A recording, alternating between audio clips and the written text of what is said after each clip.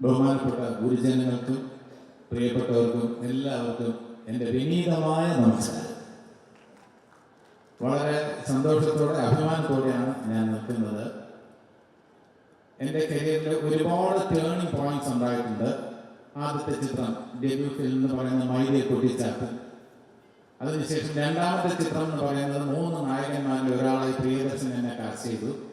ശ്രീനിവാസൻ, മുകേഷും ഞാൻ ഓടുന്ന മാവ് ആളറിയാം.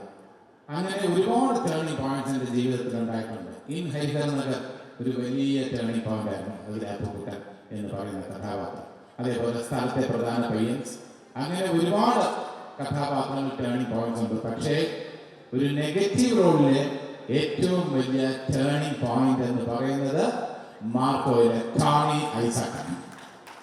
അതിന് എനിക്ക് തീർച്ചയായിട്ടും ഷെരീഫ് മുഹമ്മദ് എന്ന പ്രൊഡ്യൂസറോട് ഒരുപാട് നന്ദിയും സ്നേഹവും കടപ്പാടുണ്ട്.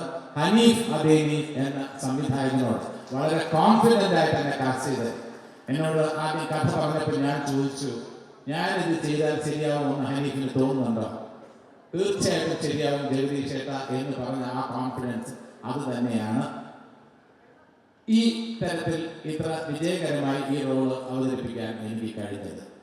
അതിനുശേഷം പോൾ ജോർജ് എന്നോട് കാട്ടാളന്റെ കഥ പറഞ്ഞു. ഇത് ഒരു സെലിബ്രേഷൻ അപ്പുറം കാട്ടാളന്റെ ആ കാട്ടാളൻ എന്ന ചിത്രത്തിന് വേണ്ടിയുള്ള ഒരു പ്രാർത്ഥനയാണ്, നമ്മുടെ എല്ലാവരുടെയും പ്രതിജ്ഞയാണ്.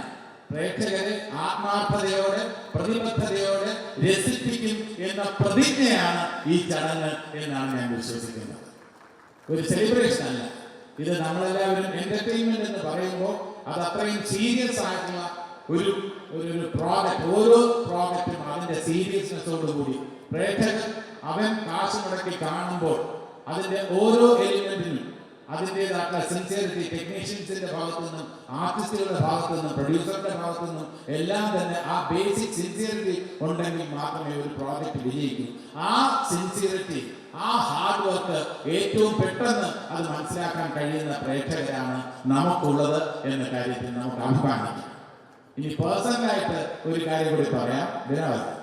എല്ലാവരും എന്നോട് ചോദിക്കും, എൻ്റെ സ്ക്രീൻ ലൈഫിലെ റീലിലെ ഏത് ക്യാരക്ടറുമായിട്ടാണ് എൻ്റെ വ്യക്തിപരമായ സ്വഭാവം ചേർന്നിരിക്കുന്നത്.